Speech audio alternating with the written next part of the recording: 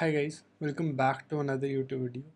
In this video, I will be walking you through step by step on how do we buy domains, how do we decide our breakup of Google, Outlook and SMTP inboxes. Then moving on to warm up, I'll be also sharing with you a proper guide on how to find which inboxes are burnt for you and when to replace them. So without wasting any time, let's jump over to my screen and let's get into it. So the number one thing while working or setting up your infrastructure is you have to decide what should be the breakup of your providers. So let's say you want to send 10,000 emails. You should be doing 4K using Google, 4K using Outlook or Microsoft Azure, and 2000 using SMTP. And that's per day. That's some good volume to start with. Again, given your TAM is good enough, you can sustain 2 months of sending. So if you have at least 200,000 contacts, then you should be doing this volume.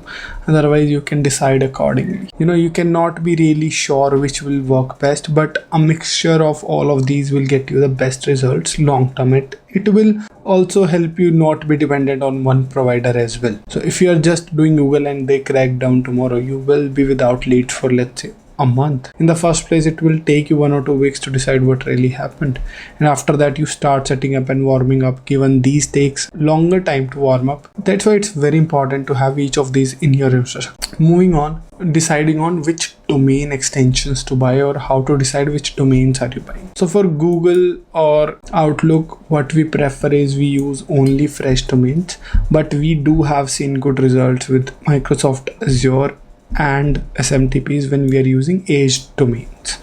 So for Google, I would recommend .com, .co or .net or .info as well. Like, there is basically a rule of thumb, like even if you're getting a domain at really good discount, let's say $2-3 per domain, but it renews for more than $20 or $15, it means it's still a good enough extension. It's just that they're not able to sell those. So that's why you're getting a really good deal. So you can always opt out for, different extensions given they renew at higher rate as well.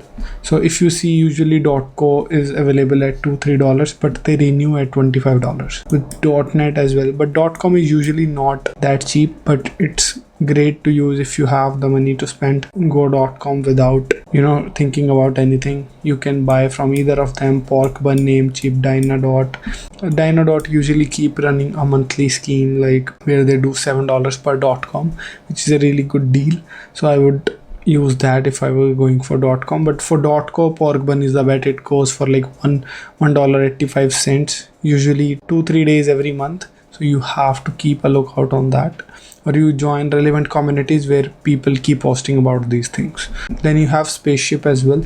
They do offer usually discounts as well, but I have found Pokemon and Dynadot to be the best for our use case. Let's talk about aged domains. How do you find the right aged domains? Because it can make a huge difference for you. Let's say someone used a domain 20 years back. They were a team of 200 people. They had a sending history, but now the company is not in the market anymore. If you can find such domains, it will be a great win for you because it will already have a sending history. So you buy those domains, warm them up for 3 to 6 weeks, and after that you might get 5x better results than other inbox providers, and you will get less burnt inboxes as well.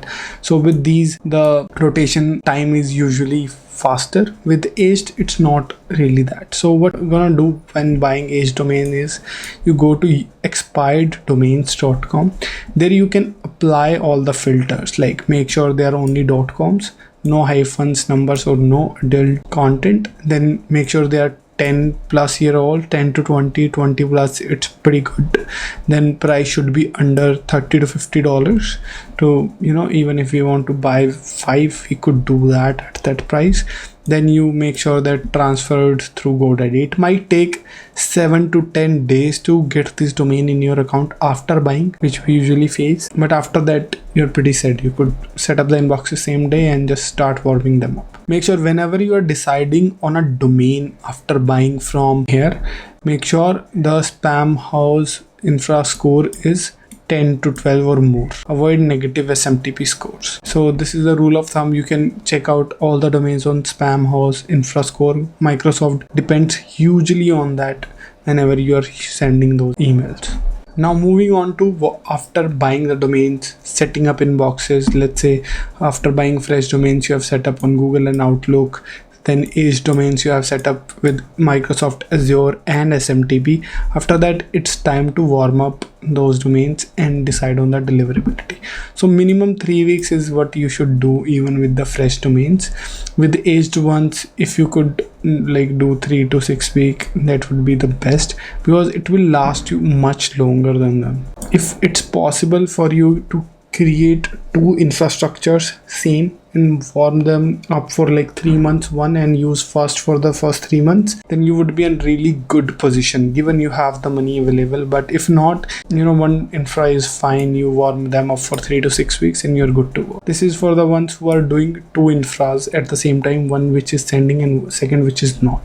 After that, make sure you have really spam free copy and your targeting is on point. You're not hitting the wrong accounts, your lead list are verified, you are using multiple sources to verify or validate the email, and this will give you really good results in the long term. Your inboxes will stay fresh for a longer period of time. With copy, keep it short, don't include a lot of text in it, use pin text, don't track open rates, and you should be in a pretty good position. Now talking about how do you decide whether your inboxes are landing in the inboxes or not. Reply rate. If you're getting more than 1 or 2% replies, you're pretty good to go on that inbox. But if you're not, even if any placement test says that you're landing in box, you're not. As simple as that. Reply rate is the only true placement test. If you're doing emails for 3 months, you see your email placement tool test is perfect, but you're not getting any leads, even not interested, given you could just rework your copy. But if you are not even getting not interested, you're not even delivering to the inboxes. So I would check that. After every month, after using all the inboxes, I will individually check our inbox from the Unibox. How many replies are we getting? If we are not getting 1 or 2 replies every week, I'm removing that inbox, right? I'll just buy another one. So you keep rotating that. Now whenever you are even sending the emails, your email spam filter are checking the emails. Now moving on to the sending pattern. After you have warmed up your inboxes, after buying the domains, setting up inboxes on Google, Outlook or SMTP, how do we decide how much volume we should do? So let's say you are sending 4,000 emails per day from Google and 4K here, and it's gonna be 2K here. For Google, it's the usual setup. It's gonna be 1 domain, 2 inboxes, and 1 domain can give you 100 emails in total, and that's including warm up. So for warm up and outbound, you're gonna keep 1:1 ratio. So you have 25 warm up inboxes emails and 25 outbound emails. With 25 warm up, you're gonna keep it 50% to 60% reply rate. So you get 50 outbound emails per domain. Obviously you start with 5 to 10 and gradually increasing to 25. With 160 inboxes, you could do 4,000 emails per day. And same with Outlook, right? You use the same setup here as well. Or if you want to do Azure inboxes, you could do 200 to 400 emails per day per domain with Microsoft Azure. So depending on that, you might only need like 10 domains, but the cost for setting up those 10 domains is $500 usually per month. But with Google, you could get that in $320 if you use Icemail, which I'm gonna show you like which providers you could use in the next step. But Icemail is the easiest that I have found. You buy and connect your domains, set up the inboxes in one go and export them. As simple as that. No communication required with the support team and all. So you could do Google, Outlook, SMTP, everything from it. It's good. I would also recommend multiple other providers as well to you. So with this, you would need to spend 500. So I would rather do Outlook. But if you want to do the breakup of these as well, like you do 5 with Azure, right, and then you do 80 inboxes for Outlook, that should be pretty good enough as well, and it gives you more spread of the inboxes. Then with SMTP, it's gonna be 98 inboxes or 198 inboxes setup. You could again do 200 to 400 emails per day with it, and you might only need 5. So the sending cost would again be around $400 per month for this month. So you are sending like for 400 months 40,000 ish emails. Here for $320 you could do around 80,000 emails. I know these are best, but it gives you more spread, so it's also necessary. So keep everything in the loop. Now moving on to some recommendations for where do we get inboxes from as well. So we keep rotating this. We have most of our inboxes now are moving to Icemail because it's very easier to set up. You can also use the link in the description below to just sign up on that, and you will see how much easier it is to go through the process. They are just doing Google inboxes for like $2 a month, and you could buy Outlook and SMTP from their platform only. Then we have cheap inboxes, which have I think the best support out there. Like you will get instant replies from them, and the issues with them is they were doing the inboxes on panels, but Icemail is doing directly from Google. So this is much better. That's why we are moving from cheap inboxes to Icemail. With Scaled Mail, it is also a great provider, but I found them a little expensive. But if you don't really care about that, then you have premium inboxes, again a little expensive, but they do have great service as well. So these are the ones we use for Google.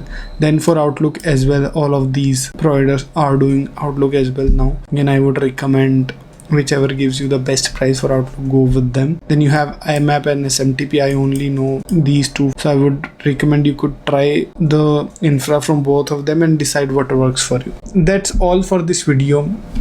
I think I have covered everything that I wanted to in terms of which providers to use, what should be the breakup, and it should give you good enough clarity about where you are sending or what you should be using. Then just go ahead, start setting up your infrastructure. After 3 to 4 weeks, start sending emails and you should start getting replies, given you're focusing a lot on your good targeting and the copies.